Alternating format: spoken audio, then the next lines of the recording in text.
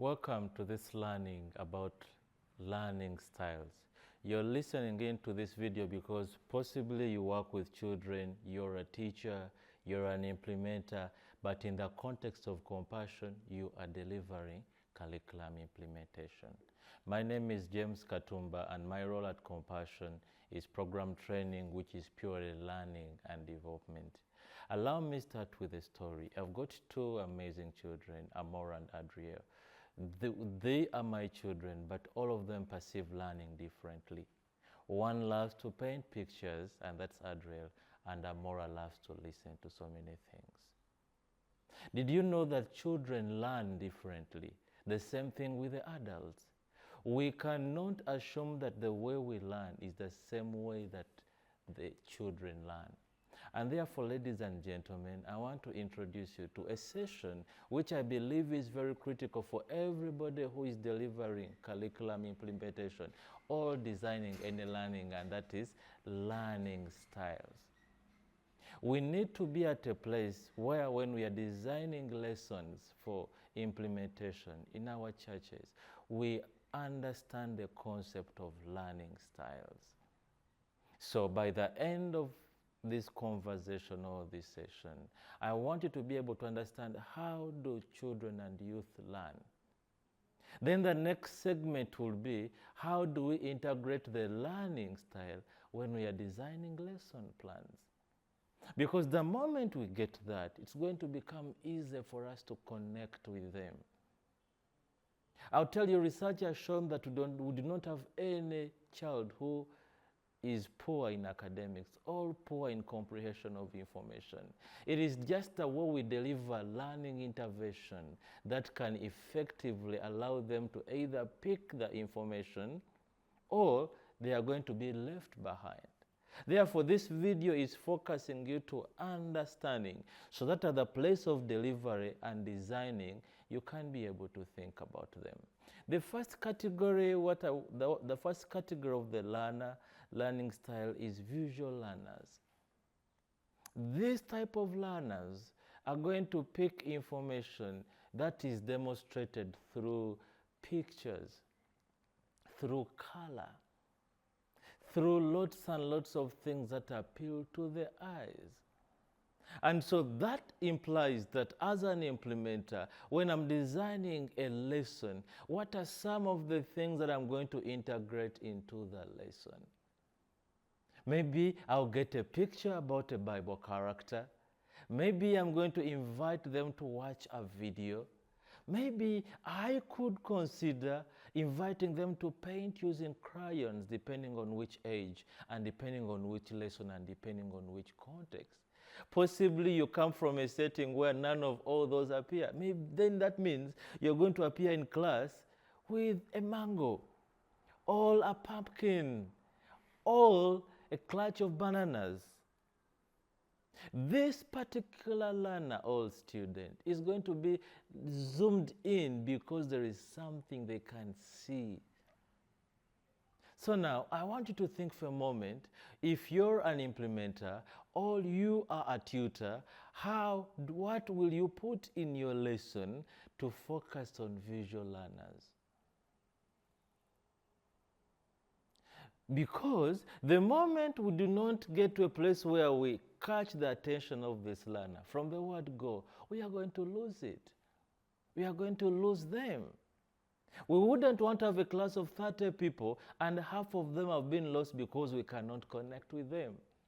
So I want to put the challenge to you. What are some of the things that you can put in your lesson to ensure that you are focusing them?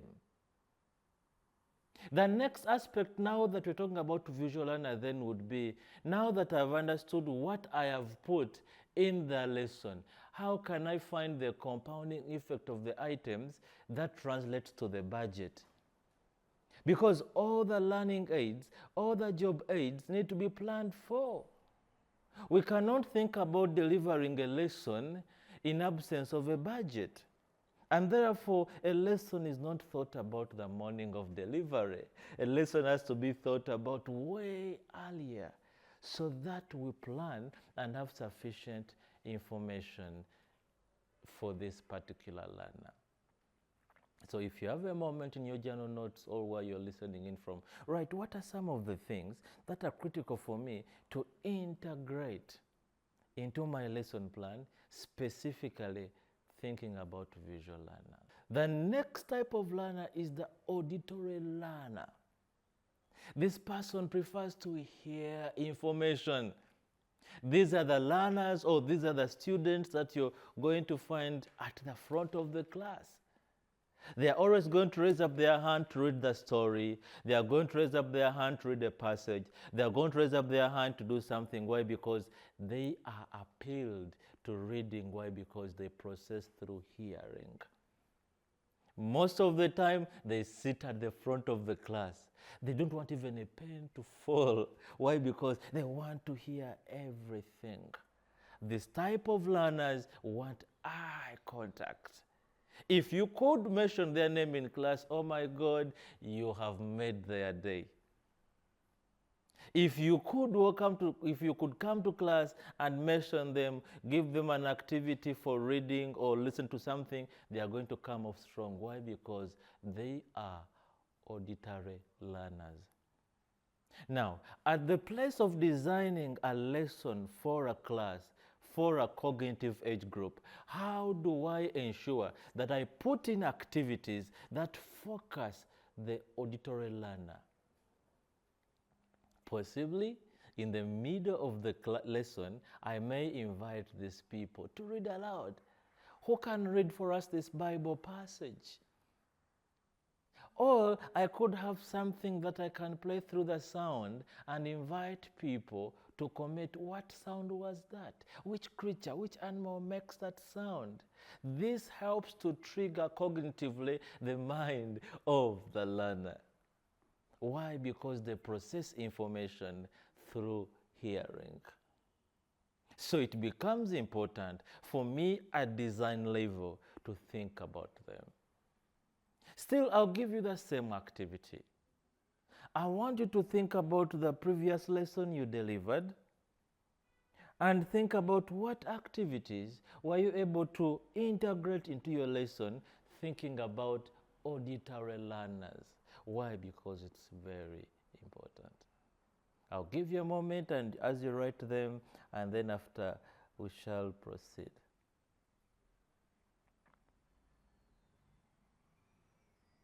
And the mind, ladies and gentlemen, why I'm giving us moments to write is because eventually when we write all these items, we compound them and integrate them in our budgeting process.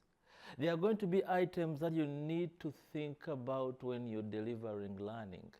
And so budget comes into play. The last category of learners are the kinesthetic learners. Oh my God, these are my favorite. They learn through doing. If you're not so intentional as a person designing learning, you will discover they are always playful. Why? Because they love to touch. They love activity. So predominantly, this is a group of people that learn through doing. They want to touch. Some of us who have done chemistry, those are the ones who were the first in the chemistry laboratory and they broke a test tube, or they mixed the wrong chemicals and there was fire. Why? Because for them, they want to be able to experiment. So at the place of designing the lesson, are we thinking about what activities can I put in my lesson that will help me get the attention of kinesthetic learners? Why? Because they learn through activities. Maybe we are going to integrate a group activity. Or we are going to have to put in a scenario where we break the learners into smaller groups and then eventually they will present. The moment I deliver a lesson without thinking about this person, they are going to become bored. They are going to feel neglected. They are going to feel left out. So we people who design learning, we need to be able to think about them, because then the moment we do that, it allows us to ensure that we are focused on them. So I want to reflect on the three learning styles. I talked about the visual learners. I talked about the auditory learners, and finally the kinesthetic learners. I want to interest you to read more about the other learning styles. Why? Because there are several, but why I focus on the three is because it becomes easier for us to think about learning aids. It becomes easier for us to think about materials, props, enhancement for an effective lesson plan. Learning style is a component that we talk about under designing an effective lesson plan, because we need to ensure that we design a lesson plan that is going to effectively let learning happen to the child and the youth or the participant. Maybe you're listening in to this video from where you are. I don't know where you're going to be listening in from. The last bit of my presentation I want to tickle you into is understanding the attention span of the group you are engaging. I'll tell you that this is a newer component because previously we never used to think about attention span. But right now, at the design of a lesson plan, design a lesson plan, think about the attention span. The shorter the attention span, the more the activities you flip in to ensure you've got the attention of the person you are engaging. Why is this critical? Because you want to achieve 100% in the information you're delivering to the learner. So what is the call to action, ladies and gentlemen?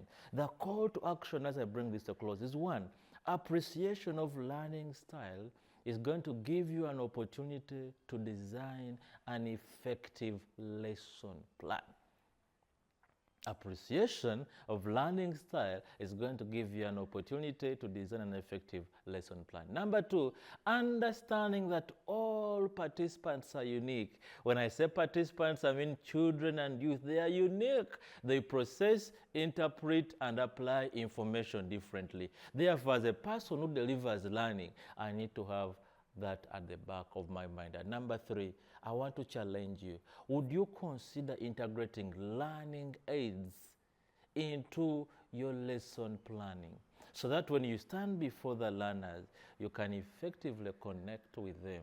Why? Because each of them matter. May I say this? Every opportunity you get to stand before the children and the youth, they are waiting on you to learn. Invest in as much preparation as possible so that they can become the best of who they are supposed to be. Thank you so much for listening into this video. I hope it was of value.